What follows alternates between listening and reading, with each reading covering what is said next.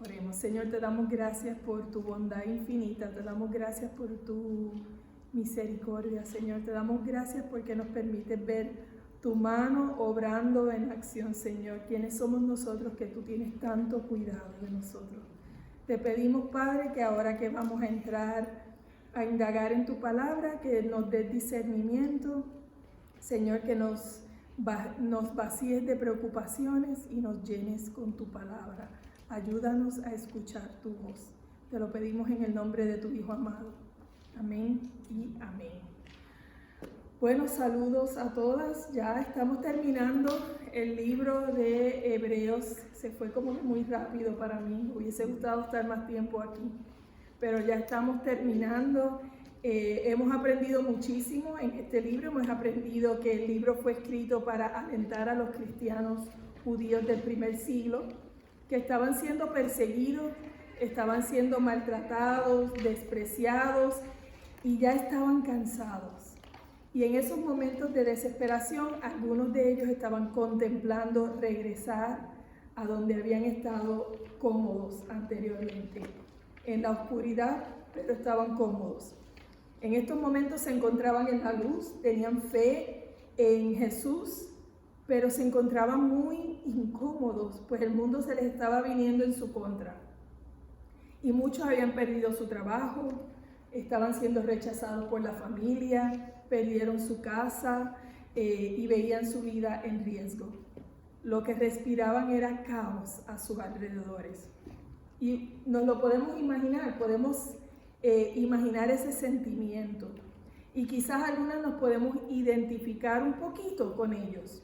Algunos hemos sido objeto de burla, algunas hemos tenido relaciones con familias que hemos perdido por nuestra fe, o vivimos tensión en el hogar o en el trabajo por fe. Y quizás también nos sentimos cansadas, desesperadas y con deseo de regresar atrás a la oscuridad con la esperanza de tener un poco de paz, como lo vemos en estos capítulos. Y si es así, si esa eres tú, este mensaje es para ti. La palabra de Dios es real y es viva. Y es relevante, tan relevante como fue para los cristianos del primer siglo, como es para ti y para mí hoy. Y esto fue escrito para alentarnos a nosotras también. Y hoy vamos a ver que Dios llama a sus hijos a vivir por fe, fe en Cristo Jesús. Y lo vamos a ver en 3 divisiones. La primera división, fe en Jesús, el capítulo 11. La segunda división, fe que persevera en Jesús, el capítulo 12. Y la tercera división, fe motivada por Jesús, en el capítulo 13. Así que les voy a pedir que abran sus Biblias si no las han abierto ya. Estamos en Hebreos 11, pero les voy a pedir que cuando abran su Biblia miren un poquito atrás. Vamos a empezar mirando el capítulo 10. Y quiero que recordemos cómo terminamos el estudio la semana pasada. El capítulo 10, el versículo 36 dice: ustedes necesitan perseverar para que después de haber cumplido la voluntad de Dios, reciban lo que Él ha prometido. Versículo 38. Pero mi justo vivirá por la fe. Y si se vuelven atrás, no será de mi agrado. Pero nosotras no somos de los que se vuelven atrás y acaban por perderse, sino de las que tienen fe y preservan su vida. Entonces, ¿cómo comenzamos este capítulo? Pues, ¿qué es fe? El capítulo 11, el primer versículo nos dice: ahora bien, la fe es la garantía de lo que se espera, la certeza de lo que no se ve. Y todos tenemos fe. Fe es una cosa que es innato en nosotros. Todo el mundo tiene fe en algo. Aún el que dice que no cree en Dios, tiene fe que lo que cree es cierto. Todos tenemos fe. Ahora, lo que importa es en qué hemos puesto nuestra fe. El capítulo 10 nos dice que fe es una manera de vivir. El justo vivirá por fe. Segunda de Corintios 5:7 nos confirma eso. Dice, vivimos por fe, no por vista. Para los creyentes, fe es una confianza segura, basada en las promesas de Dios, según su palabra. Es creerle a Dios. La fe es un regalo de Dios. Pero como todo regalo, y como hemos estado hablando de los regalos, hay que recibirlo. El agua también es un regalo de Dios, pero usted tiene que tomársela. La comida es un regalo de Dios, pero usted tiene que comérsela, ¿verdad? Igual con la fe. La fe es un regalo, pero usted tiene que usarla, tiene que ejercitarla como un músculo. Los músculos, si no se usan, si no se ejercitan, se atrofian, pierden su tamaño, se debilitan y hasta dejan de funcionar y pueden llegar a parálisis. La fe igual necesita ser ejercitada.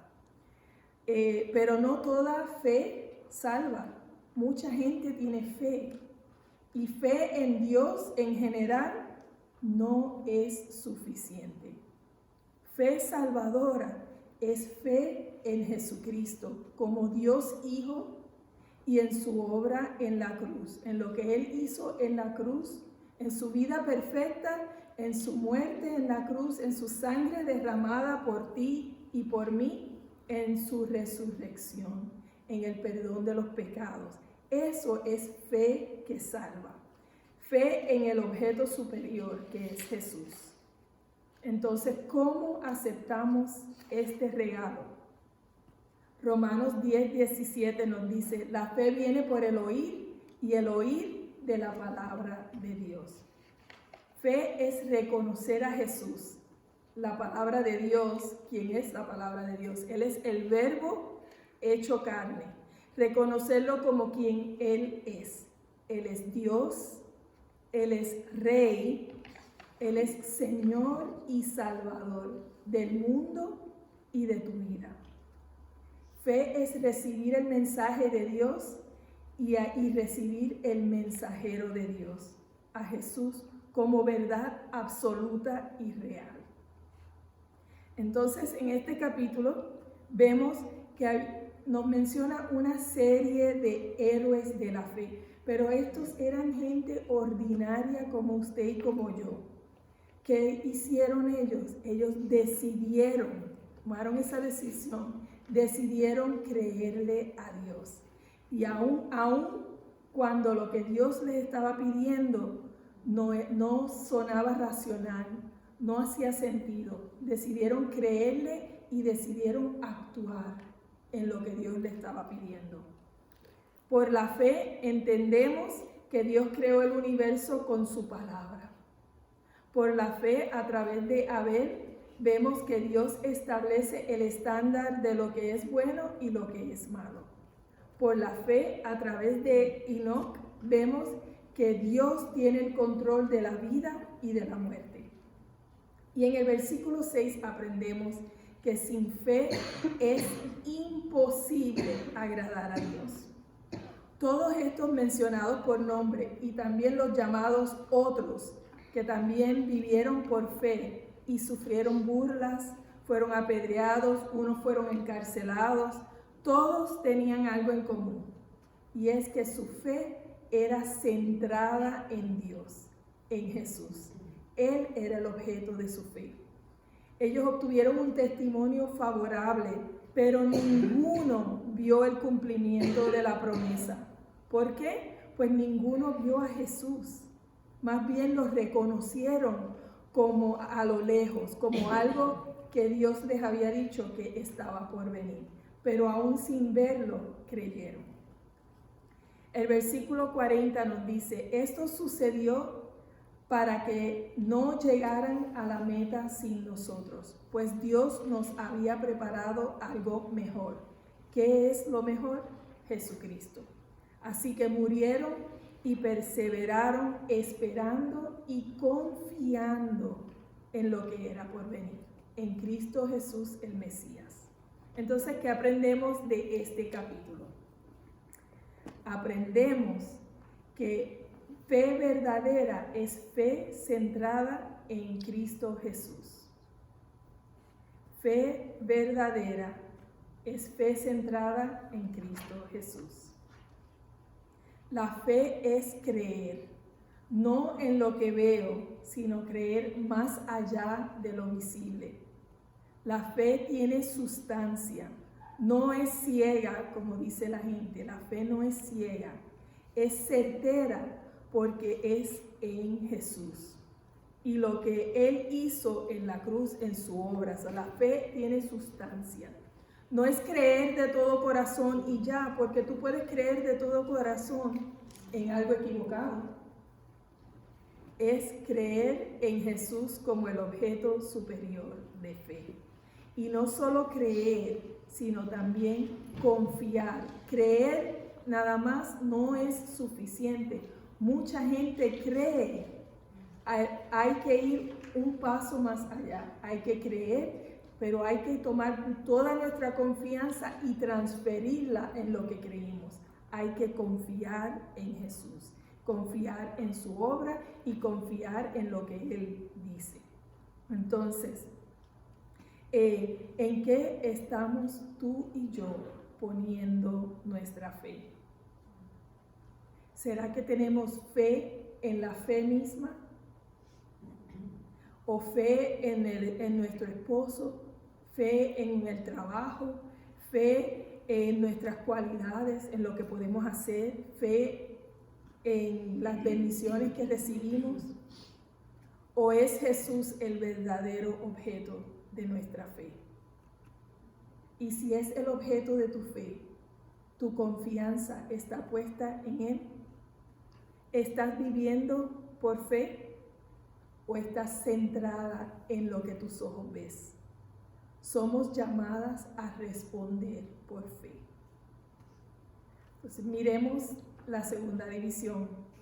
El capítulo 12, en el primer versículo comienza, por tanto, ¿verdad? Por lo que hemos visto ya en el capítulo 11, todos estos héroes de la fe que Dios escogió y quienes decidieron creerle a Dios y actuar en fe. Por tanto, ¿verdad? Por esto que vimos, también nosotras estamos rodeadas de una multitud tan grande de testigos. Entonces, despojémonos del lastre que nos estorba, en especial del pecado que nos asedia, y corramos con perseverancia la carrera que tenemos por delante. Me encanta esta ilustración. Me gusta porque es algo que todos podemos visualizar. Todos hemos visto a alguien que corre o conocemos un atleta, a alguien que corre.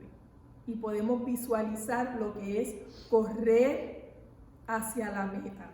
Cuando yo estuve en Texas en agosto para el entrenamiento para esta clase, mi compañera de cuarto decidió irse a correr. Y pude ver cómo ella se despojó de todo lastre que le estorbaba. ¿Qué hizo? Ella llegó, se quitó primero todas sus prendas para poder correr. Luego se quitó sus zapatos de tacón, se quitó su vestido y se puso una ropa muy liviana y unos zapatos adecuados para correr.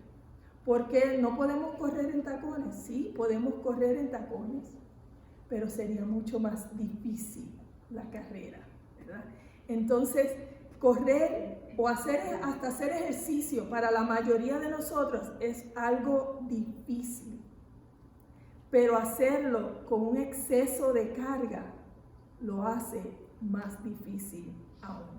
Nos reduce el paso y nos disminuye la velocidad. No nos permite correr a plenitud. Entonces, igual por eso Dios nos llama a despojarnos del lastre que nos estorba en específico el pecado que nos asedia, porque nos disminuye la velocidad, no nos permite correr la carrera que tenemos por delante con el mismo ímpetu que cuando tenemos ese peso encima. Y nos exhorta a mantener la mirada fija en Jesús, el iniciador y perfeccionador de nuestra fe. El que creó tu fe, el que guarda tu fe, el que sostiene tu fe. Jesús es la meta final hacia donde corremos. Fe es creerle a Jesús y actuar en lo que creemos, actuar en Él. Es poner en acción lo que crees. Por lo tanto, la fe, su fe se ve. Si usted pone en acción lo que usted cree, como usted vive, muestra lo que usted cree. Entonces, ¿qué revelan tus decisiones y tus prioridades acerca del objeto de tu fe? Tus decisiones y tus prioridades demuestran qué es realmente primero en tu vida. Fe persevera y corre hacia la meta, que es Cristo Jesús. ¿Tienes tú tus ojos fijos en Cristo? ¿Y qué es caminar con la mirada fija en Cristo? No es que caminemos todo el día mirando hacia el cielo, ¿verdad? Eso no es, pero es poder caminar mirando más allá de lo que tengo frente a mí. Más allá que esa montaña, como decía la canción que cantábamos hace un ratito, más allá que la montaña que está frente a mí, poder mirar más allá de mis dificultades, de mi dolor, de lo que estoy pasando en mis circunstancias. ¿Cómo podemos mirar a Jesús? ¿Cómo lo miramos? Leyendo y meditando en su palabra, porque Él es la palabra. Llevando cada pensamiento cautivo a la obediencia de Cristo. Es tomar esos miles de pensamientos negativos, pensamientos que vienen a nuestra mente que no agradan a Dios y entregárselos a Jesús y dárselos a Él. Es entregar la queja, el chisme antes de que salga de tu boca o antes de que llegue a tu corazón. Entregárselo a Él. Eso es fe en acción.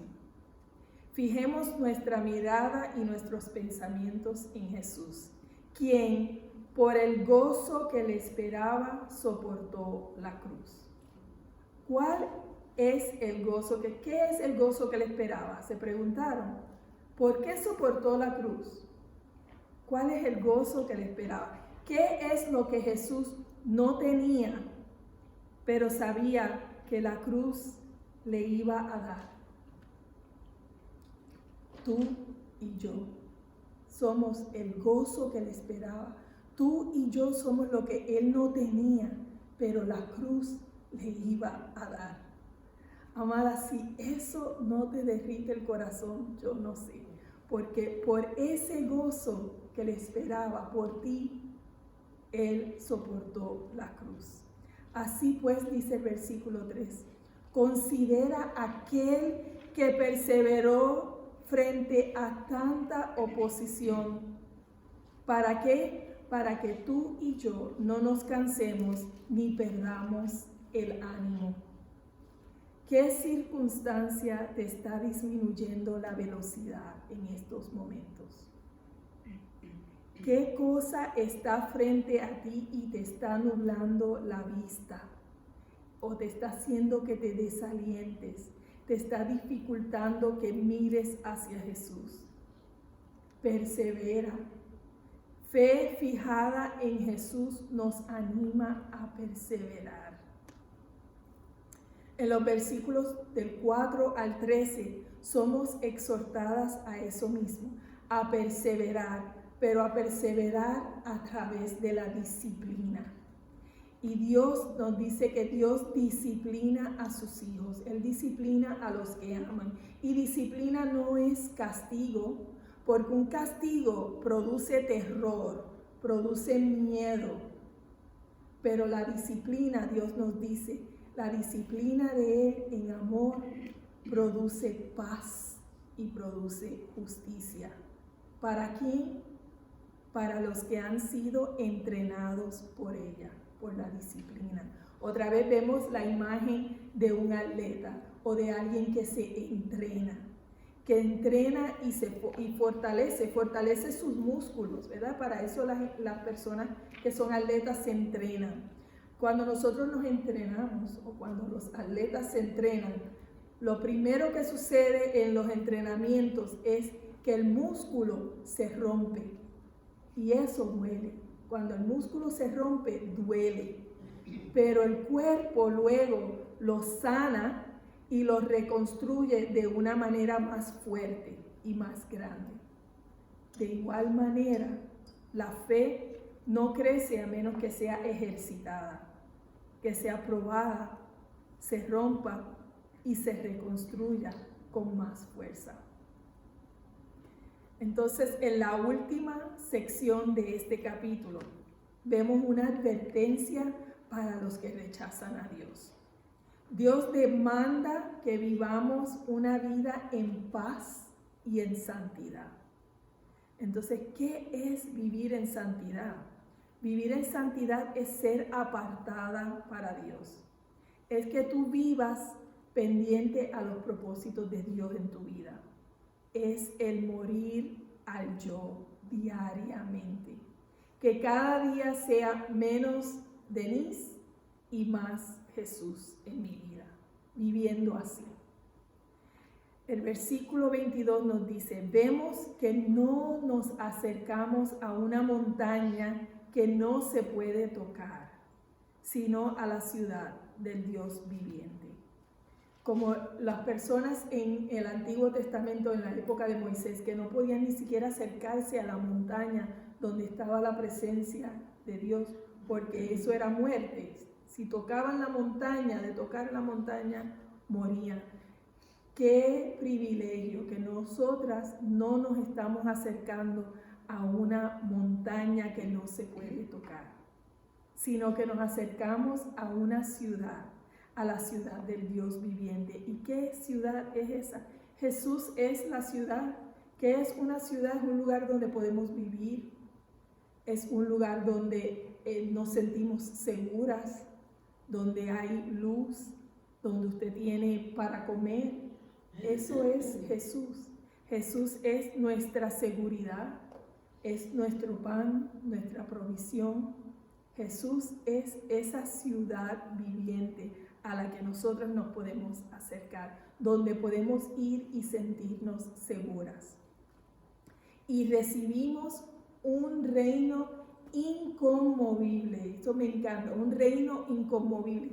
Nada lo puede mover, nada lo puede jamaquear. Este reino es fijo.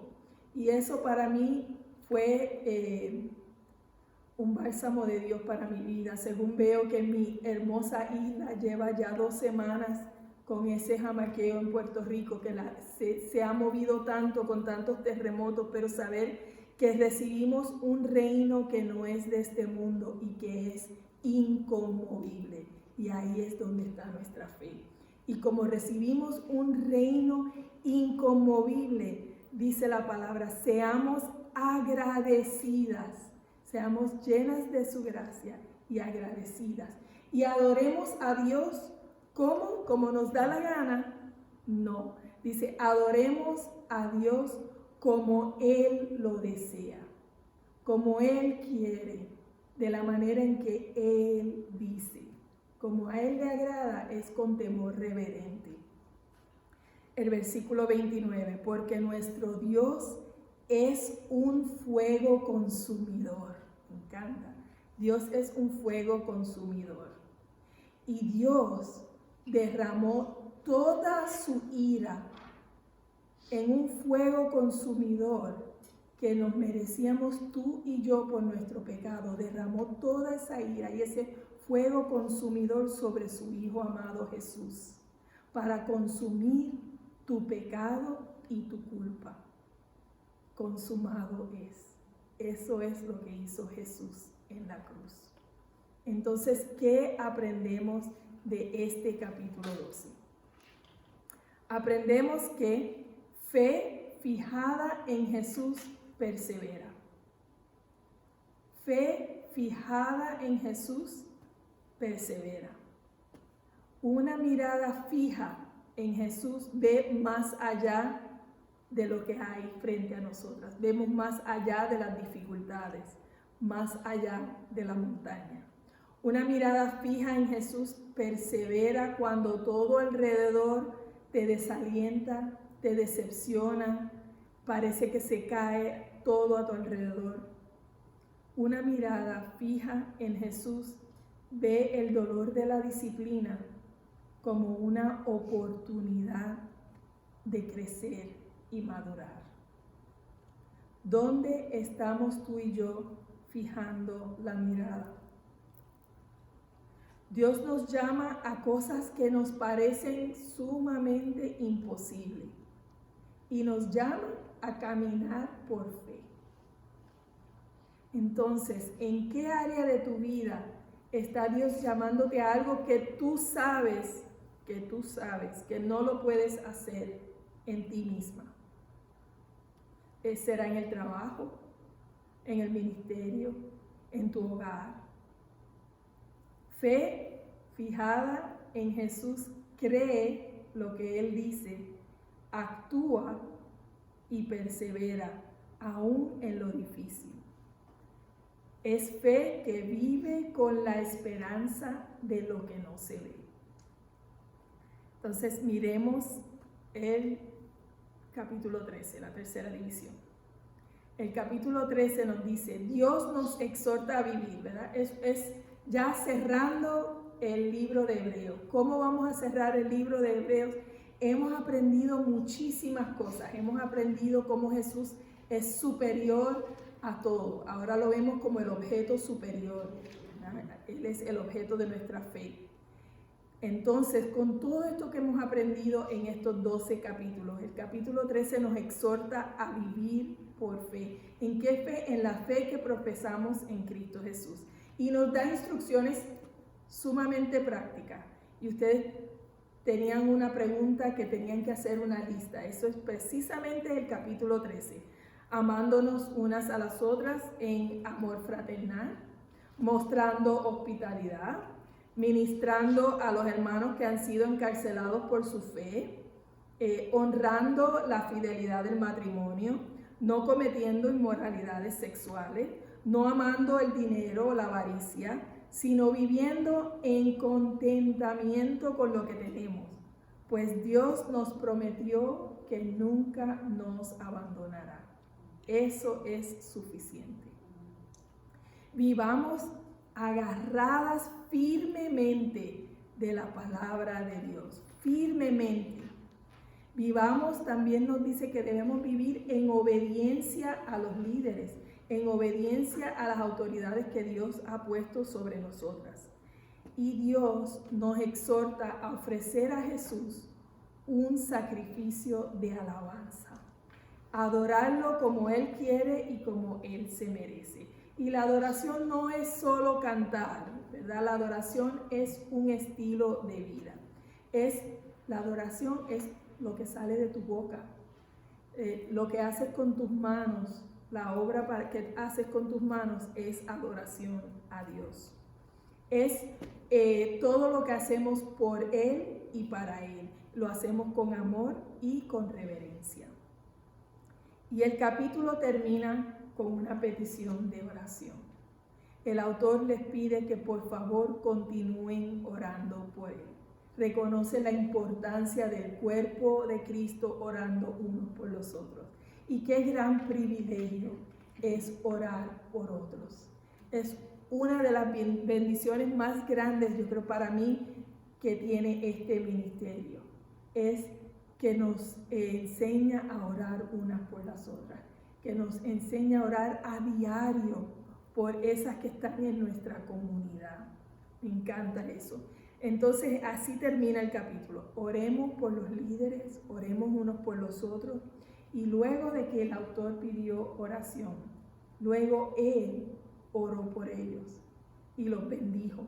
Primero adorando a Dios, ¿verdad? Lo primero que vemos es que adora a Dios, quien resucitó a Jesús de entre los muertos por la sangre del pacto eterno, como vimos la semana pasada. Y luego el deseo de que Dios los bendiga y los capacite para hacer su voluntad por medio de Jesús y del Espíritu Santo que está en nosotros. Dios cumple en ti y en mí eso de agradarle a Él. Dios nos da un trabajo o nos da un llamado en nuestras vidas, pero no nos da un llamado y nos dice, ya ve, sino que te da el llamado y te da a través del Espíritu Santo, te capacita para tú poder hacer su voluntad y cumplir el llamado que Él te ha dado. En realidad no es mucho que tengamos que hacer tú y yo, sino simplemente decir, sí Señor. Para hacer su voluntad y por medio de Jesús. Y dice, a Él sea la gloria, a Él sea la gloria por los siglos de los siglos. Amén y amén. Y concluye recordándole su propósito, de que recibamos sus palabras de exhortación y ánimo en medio de lo difícil. Entonces, ¿qué aprendemos de este último capítulo? Aprendemos que fe en Jesús nos capacita para hacer su voluntad. Fe en Jesús nos capacita para hacer su voluntad. Dios llama a sus hijos a vivir por fe, fe en Cristo Jesús. Y no solo te llama, pero te capacita. Dios lo hace todo. Tú y yo solo tenemos que caminar por fe. Y en fe decir como dijo el profeta Isaías, sí Señor, aquí estoy Señor, envíame a mí. ¿En qué área de tu vida te sientes que no estás capacitada o no sabes lo suficiente para lo que Él te está llamando a hacer? ¿Qué crees que necesitas para ser capacitada para la obra a la que te está llamando? ¿Más tiempo, más entrenamiento, mejor actitud, paz? Lo que necesitamos es fe verdadera en Jesús. Fe, sí, pues sí, fe en Él, fe sabiendo que Él hace lo que dice que va a hacer. Y Él te dice que Él te capacita para hacer su voluntad.